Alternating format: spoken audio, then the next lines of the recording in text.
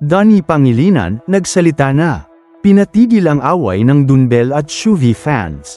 Isang panawagan ng respeto at pagkakaisa ang ibinahagi ng kapamilya actor na si Donnie Pangilinan matapos ang lumalalang bangayan online sa pagitan ng fans ni Bel Mariano at Shuvi Estrada. Ano nga ba ang pinagmulan ng kontrobersya? At bakit napilitan ng magsalita si Donnie?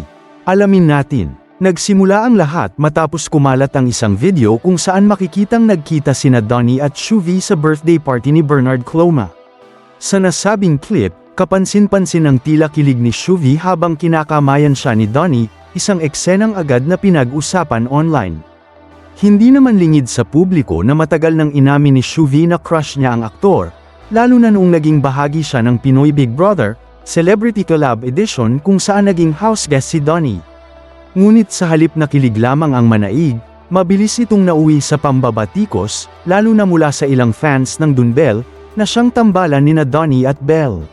Dahil dito, umani ng kritisismo si Shuvi mula sa ilang netizens. Ngunit hindi rin nagpahuli ang kanyang mga tagahanga, na agad namang rumesbak sa ilang fans ni Bel. Hanggang sa tuluyan ng uminit ang bangayan sa social media. Sa gitna ng kaguluhan, nagsalita na si Donnie sa kanyang ex, dating Twitter, account.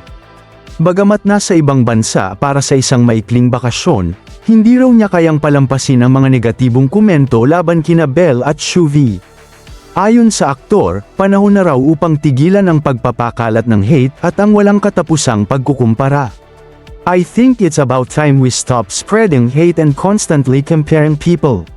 Binigyang diin din niya na ang mga artista ay tao rin na may damdamin at hindi dapat gawing target ng masasakit na salita online.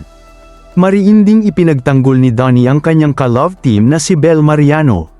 Ayon sa kanya, walang dapat pagdudahan sa kabutihan ng aktres. She is beautiful, talented, and most importantly, has a great heart. Pakiusap pa niya, huwag na raw idamay si Bel sa mga isyong wala naman itong kinalaman. Nilinaw rin ni Donnie ang tungkol sa viral video nila ni Shuvi. Aniya, nagulat siya nang kumalat ito dahil inaasahan niyang pribado lamang ang kanilang dinner gathering. Dagdag pa niya, normal lamang na magkaroon siya ng kaibigang babae sa industriya at hindi ito dapat gawing issue o kompetisyon.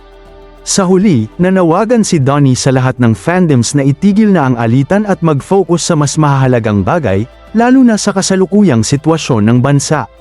There are far more important things happening in our country. Nagpasalamat din siya sa mga patuloy na nagpapalaganap ng pagmamahal at positibong enerhiya online. Sa panahon ng social media, isang paalala mula sa mga artista, ang respeto at pag-unawa ay higit na mahalaga kaysa sa intriga at paghahambing. Para sa iba pang trending na balita sa showbiz, huwag kalimutang mag-like, share, at subscribe.